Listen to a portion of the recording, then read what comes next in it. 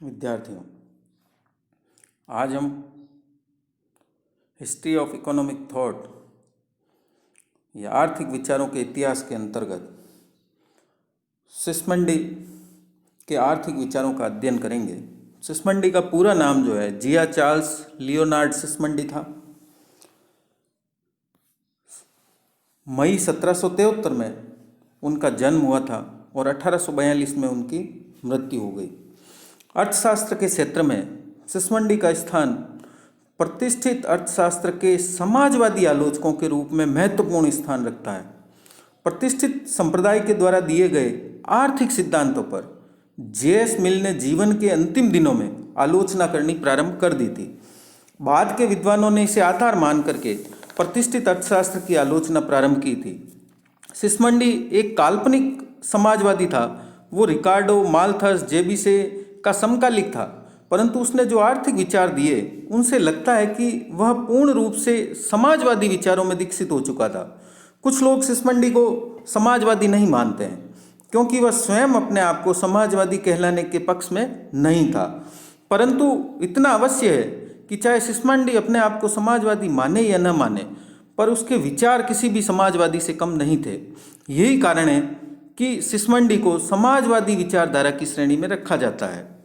इनका जो संक्षिप्त जीवन परिचय है उसमें सिस्मंडी का जन्म मई 1773 में जेनेवा में हुआ था। उसके जो पूर्वज थे वो इटली के मूल निवासी थे जो बाद में फ्रांस आकर बस गए थे।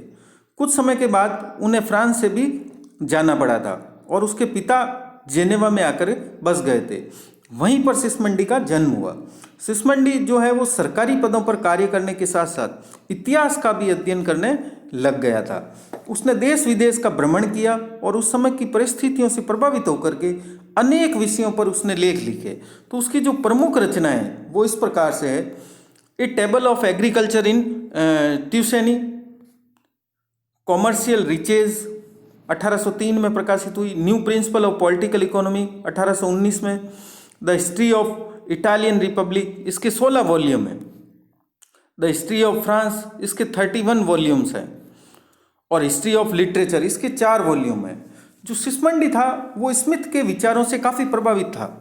जो 1803 में उसने कॉमर्शियल रिचेज जो पुस्तक लिखी है उसको पढ़ने से लगता है कि वह स्मिथ के विचारों को दोहरा रहा है।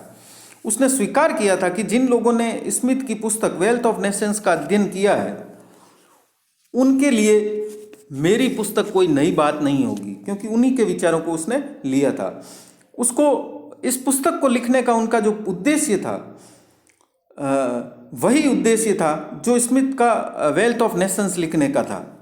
वह इस पुस्तक के माध्यम से फ्रांस को वही परामर्श देना चाहता था जो स्मिथ ने इंग्लैंड को दिया था।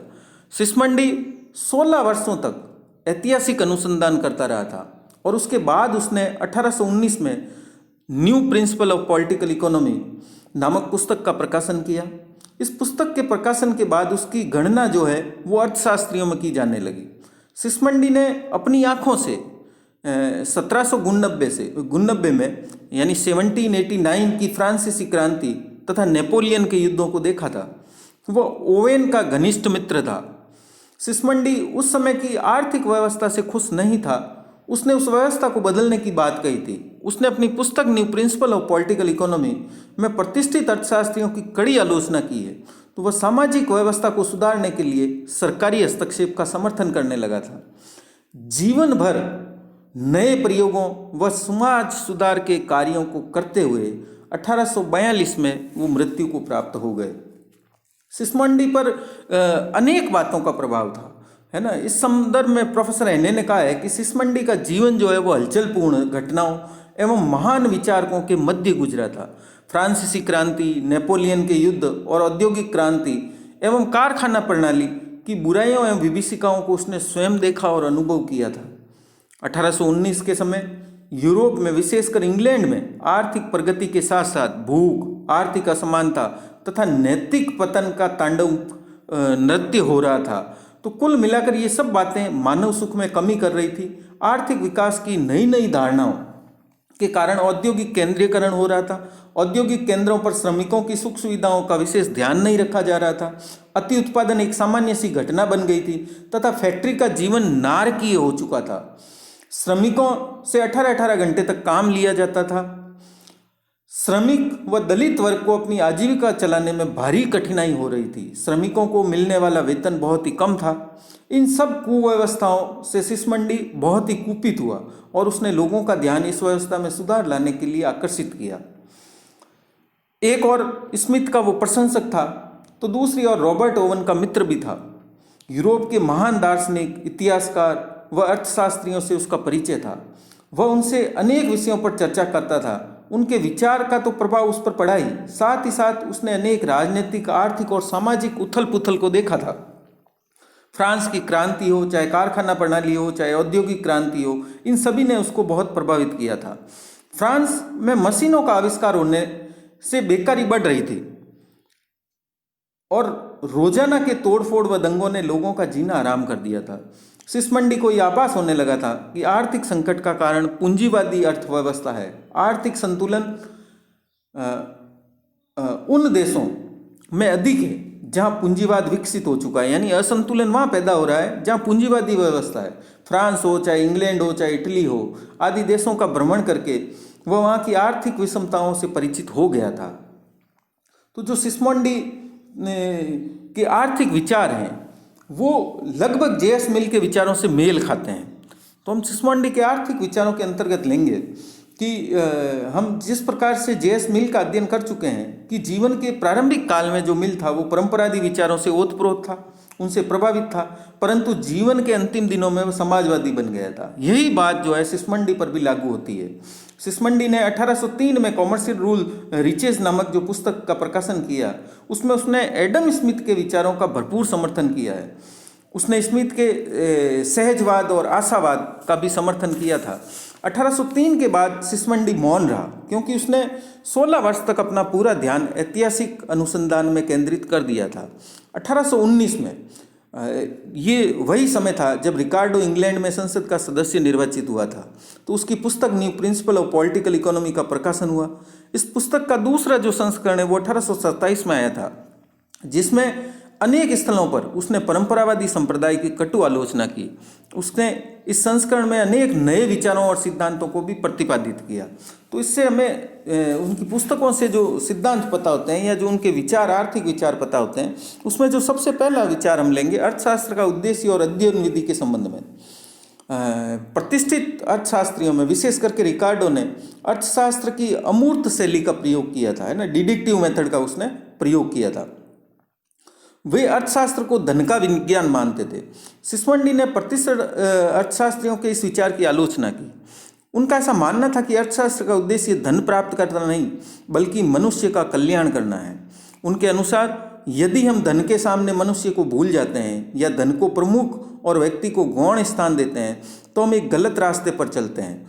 तो इस प्रकार से सिसमंडी ने धन के साथ साथ धन के वितरण पर भी ध्यान दिया। उसने निर्धन वर्ग के आर्थिक स्तर को ऊंचा उठाने के लिए सभी जो संभव प्रयास हो सकते थे वो उसने किए। उसने बताया कि मशीनों के आविष्कार, स्वतंत्र प्रतियोगिता तथा निजी संपत्ति के कारण मनुष्य का जीवन आर्थिक संकटों के बीच से गुजर रहा है। व्यापक दृष्टिकोण से अर्थशास्त्र धन का सिद्धांत है, ऐसा उसका मानना था, और कोई सिद्धांत जिससे अंततः मनुष्य के सुख में वृद्धि नहीं होती वो विज्ञान कहलाने के लायक नहीं है। प्रतिष्ठित अर्थशास्त्री जो है वो अर्थशास्त्र को विज्ञान मानते थे, जबकि सिसमंडी उसे कला मानता था, जैसा जेएस मिल ने भी बाद में उसे कला माना। अध्ययन विधि की जो आलोचना करते हुए उसने स्मिथ की अध्ययन विधि के प्रति आभार व्यक्त किया था। रिकार्डो के बारे में उसका दृष्टिकोण बिल्कुल अलग था और वह उसकी आलोचना भी करता था, परंतु उसने माल्थस की अध्ययन विधि की भी प्रशंसा की है। वह अध्ययन विधि के प्रश्न पर जेबी से भी असंतुष्ट था। इस संबंध में वह लिखता है और कहता है कि मेरा यह निश्चित विश्वास है कि समाज विज्ञान के क्षेत्र में बहुत अधिक सामान्यकरण किए जाने से गंभीर त्रुटियां उत्पन्न हुई है। तो इस प्रकार से जो सिसमंडी था वो निगमन विधि यानी डिडक्टिव मेथड की अपेक्षा आगमन विधि यानी इंडक्टिव मेथड का पक्षधर था। तो कुल मिलाकर के जो सिसमंडी था वो प्रतिष्ठित संप्रदाय के उद्देश्य और उनकी अध्ययन विधि दोनों से ही असंतुष्ट था। दूसरी समस्या थी उस समय अति उत्पादन की। तो प्रतिष्ठित अर्थशास्त्री अति उत्पादन की कल्पना नहीं करते थे। वो जेबीसे के बाजार के नियम में विश्वास करते थे कि supply creates its own demand. और जेबीसे ने ये सिद्ध भी किया था कि स्वतंत्र अर्थव्यवस्था में अति उत्पादन तथा बेरोजगारी नहीं हो सकती है। यदि कभी ऐसा होता है तो समझ लेना चाहिए कि अर्थव्यवस्था में सरकारी हस्तक्षेप है। तो प्रतिष्ठित अर्थशास्त्रियों के अनुसार जब कभी अर्थव्यवस्था में अति उत्पादन की संभावना उत्पन्न होती है तथा तब जो मूल्य नीति या बाजार संतुलन के द्वारा इस असंतुलन को अपने आप ही दूर किया जा सकता है। सिस्मंडी प्रतिष्ठित अर्थशास्त्रियों के इस काल्पनिक विचार से सहमत नहीं था। उसने सिद्ध किया कि पूंजीवाद के अधीन अति उत्पादन की समस्या उत्पन्न हो सकती है। उसके अनुसार पूंजीवादी व्यवस्था एक ऐसी व्यवस्था है जिसमें उत्पादन और बिक्री के बीच बड़ा अंतर रहता है। यही अंतर अति उत्पादन को जन्म देता है। और उसके अनुसार अति उत्पादन को जन्म देने वाले जो प्रमुख कारण हैं उनमें पहला है कि उत्पादकों की आपस में प्रतियोगिता होती है। वे प्रतियोगिता से प्रेरित होकर के उत्पादन को बढ़ाते हैं जबकि उन्हें उपभोग की जानकारी नहीं होती है। इस प्रकार बाजार के ज्ञान की अपूर्णता व प्रतियोगिता की तीव्रता के कारण उत्पादन की मात्रा बढ़ जाती है। दूसरा, उसने बताया कि उत्पादन की मात्रा समाज की मांग के अनुसार न होकर के पूंजी की सुविधा के अनुसार निर्धारित होती है। तो पूंजी ज़्यादा होती है पूंजीवादी अर्थव्यवस्था में, तो इस कारण से भी अति उत्पादन की समस्या उत्पन्न हो जाती है। तीसरा, उसने बताया कि उत्पादित वस्तुओं का उपभोग बहुसंख्यक श्रमिक वर्ग के द्वारा किया जाता है, परंतु उनकी आय में उतनी वृद्धि नहीं होती है जितनी पूंजीपतियों की आय में होती है। तो इसलिए उत्पादन की तुलना में उपभोग बहुत ही कम रह जाता है और अति उत्पादन की समस्या उत्पन्न होती है। उनका ऐसा मानना था कि एक समय ऐसा आ जाता है जब हम चाहते हुए भी उत्पादन से उत्पादन के साधनों को पृथक नहीं कर पाते हैं और उत्पादन बढ़ता ही जाता है। श्रमिक लगातार एक ही प्रकार के काम करने के आदी हो जाते हैं, तो उन्हें कम मजदूरी पर भी अधिक समय तक काम में लगा लिया जाता है। मंदी के समय उत्पादन घटता नहीं है बल्कि बढ़ता है। और वो लिखते हैं कि उत्पादक ये उस उद्योग से पूरी तरह से हटते नहीं हैं। उनकी संख्या तभी कम होती है जब कुछ कारखाने टूट जाते हैं और कुछ मजदूर कष्ट भोग करके मर जाते हैं, तब कम होता है। फिर उन्होंने अपने मशीनों और आविष्कारों के बारे में विचार व्यक्त किए। जैसा कि प्रतिष्ठित अर्थशास्त्रियों ने श्रम विभाजन व मशीनों को उत्पादन वृद्धि के लिए लाभप्रद बताया था। उनके अनुसार मशीनों से उत्पादन लागत में कमी आती है जिससे वस्तुओं की मांग बढ़ती है तथा अतिरिक्त श्रमिकों को काम मिल सकता है। कुल मिलाकर के जो प्रतिष्ठित अर्थशास्त्री है वो मशीनों को लाभकारी मानते थे। सिस्मंडी जो था उनके इस विचार से सहमत नहीं था। उसका ये कहना था कि मशीनों का आविष्कार बेरोजगारी को बढ़ाता है। जैसे जैसे मशीनों का प्रयोग बढ़ेगा वैसे वैसे उत्पादन तो बढ़ेगा, परंतु मजदूरों की छंटनी होती चली जाएगी जिससे उपभोग में कमी आने लगेगी और अति उत्पादन और बेरोजगारी की समस्या बढ़ेगी। मशीनीकरण के कारण जो मजदूर फालतू हो जाते हैं उनसे कम मजदूरी पर अधिक काम लिया जाने लगता है। शेष बचे मजदूर इसलिए भयभीत रहते हैं कि उन्हें कभी भी काम से हटाया जा सकता है। तो मशीनें दस्तकारी व्यवसाय को भी समाप्त कर देती है। लघु व कुटीर उद्योगों का पतन हो जाता है जिससे और बेरोजगारी बढ़ती है। तो संक्षेप में हम कह सकते हैं कि सिस्मंडी के अनुसार मशीनों का आविष्कार जो है समाज को दो वर्गों में विभाजित कर देता है, एक पूंजीपति वर्ग और दूसरा मजदूर वर्ग, जिनके बीच रोजाना संघर्ष होते रहते हैं।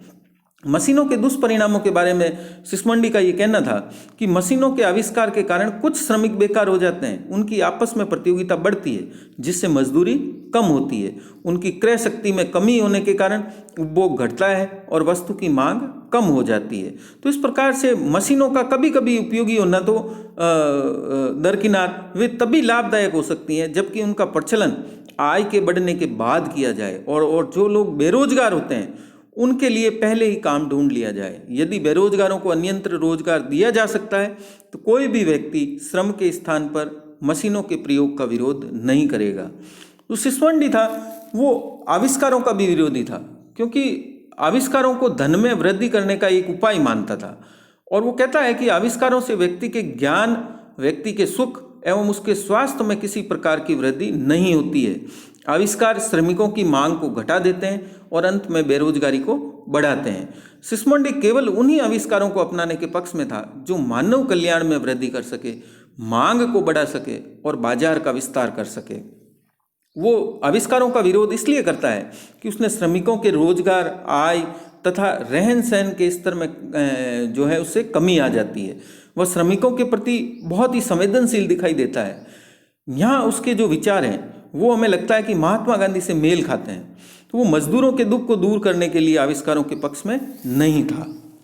तीसरा, फिर उसने स्वतंत्र प्रतियोगिता का भी विरोध किया, है ना। वो कहता है कि एक सीमा तक प्रतियोगिता को स्वीकार किया जा सकता है और उसके अनुसार स्वतंत्र अर्थव्यवस्था को तभी उचित कहा जा सकता है जबकि उसके द्वारा उपभोक्ताओं की मांग की पूर्ति के लिए उत्पादन बढ़ाया जा सके। परंतु उसको हमेशा ये आशंका बनी रहती है कि पूंजीवादी अर्थव्यवस्था में इस बात की कल्पना तक नहीं की जा सकती कि पूंजीपति उपभोक्ताओं के हितों की रक्षा के लिए उत्पादन बढ़ाते हैं।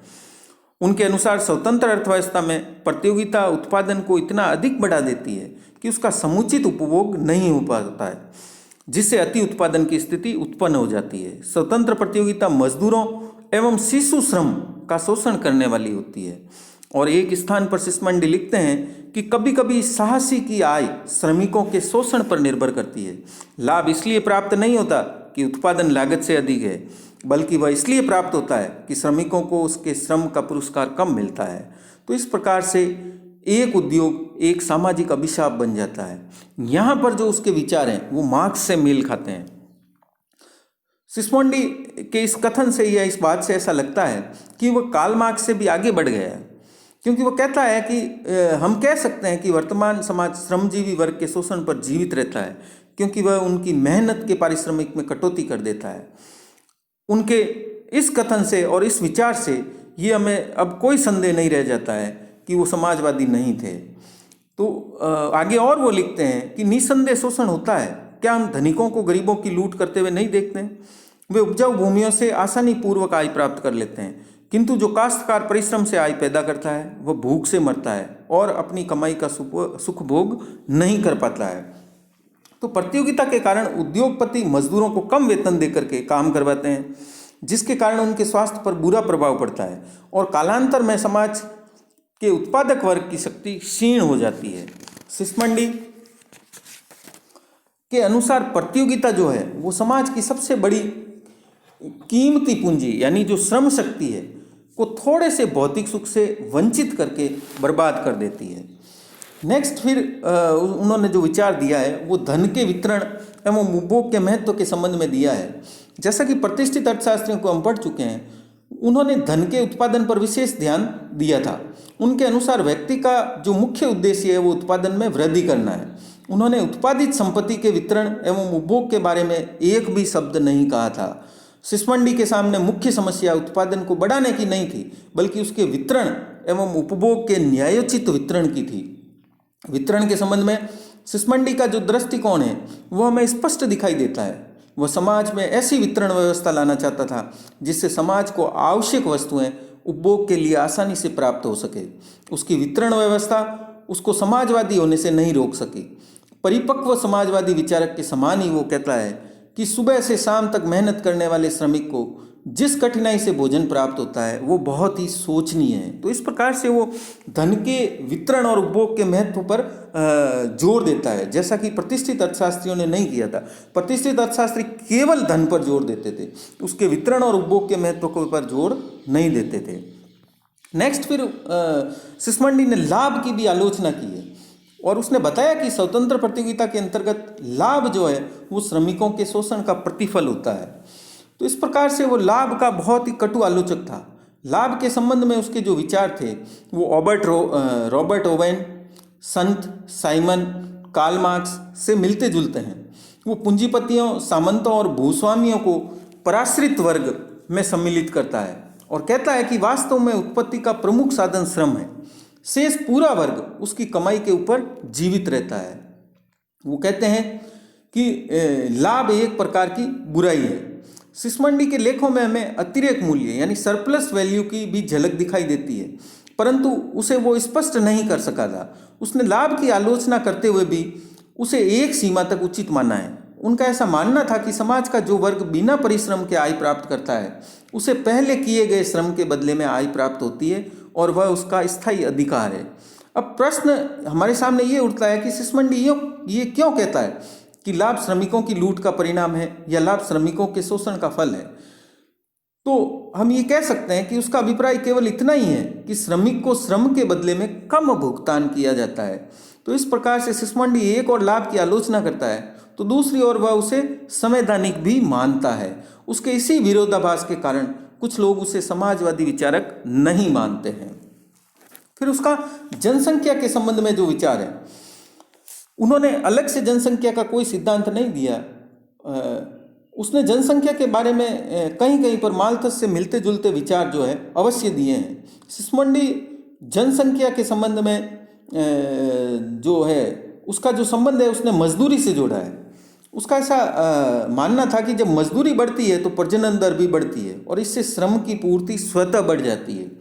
उसने गरीबों व निर्धनों को ये सुझाव दिया था कि वे तब तक शादी नहीं करें जब तक कि वे कोई संपत्ति नहीं जुटा लेते हैं, यानी उनके पीछे जो बच्चे पैदा होंगे उनके लिए वो कोई न कोई व्यवस्था नहीं कर लेते हैं।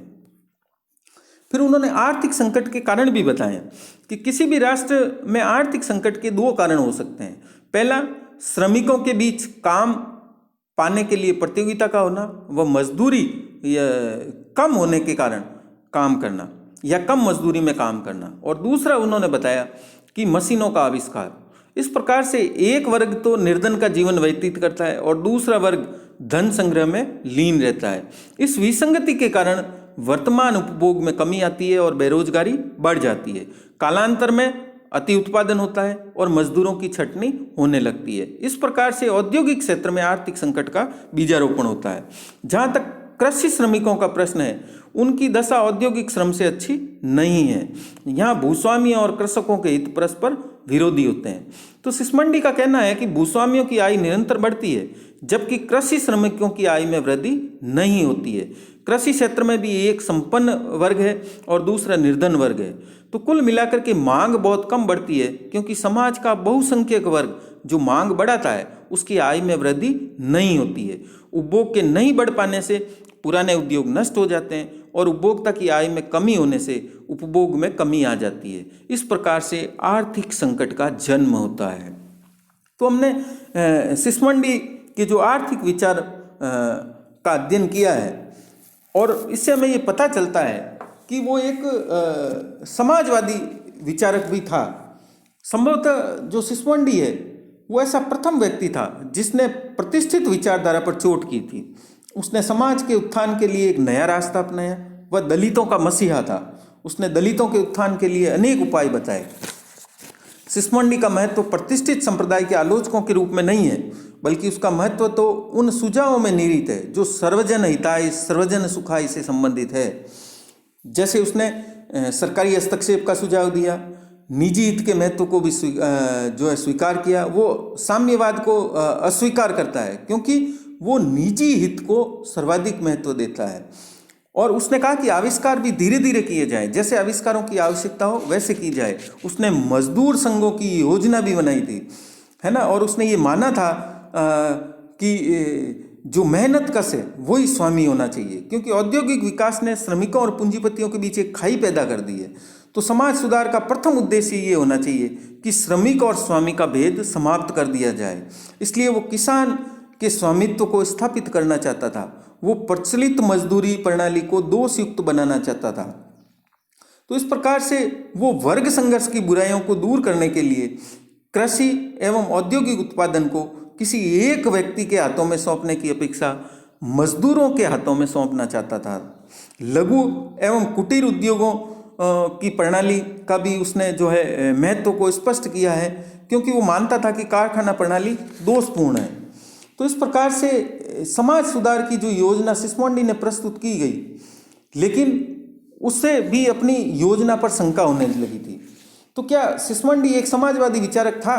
क्या उसे हम समाजवादी विचारक की श्रेणी में रखें अथवा नहीं रखें, ये भी एक विवाद का विषय है, क्योंकि कई स्थानों पर उसने कार्ल मार्क्स के समाजवादी विचारों को मात दे दी। तो उसकी सुधारवादी योजना से लगता है कि वो समाजवादी परिवार का ही एक सदस्य है। लेकिन फिर भी उसके ऐसे अनेक विचार हैं जिसके आधार पर हम कह सकते हैं कि सिस्मंडी एक समाजवादी विचारक था। यदि हम उसे समाजवादी मानते हैं तो सिस्मंडी जो है वो आर्थिक उसने विचार भी प्रकट किए हैं। तो हम सिस्मोंडी को भले ही समाजवादी कहें या नहीं कहें, परंतु उसका प्रभाव समाजवादियों पर अवश्य पड़ा है।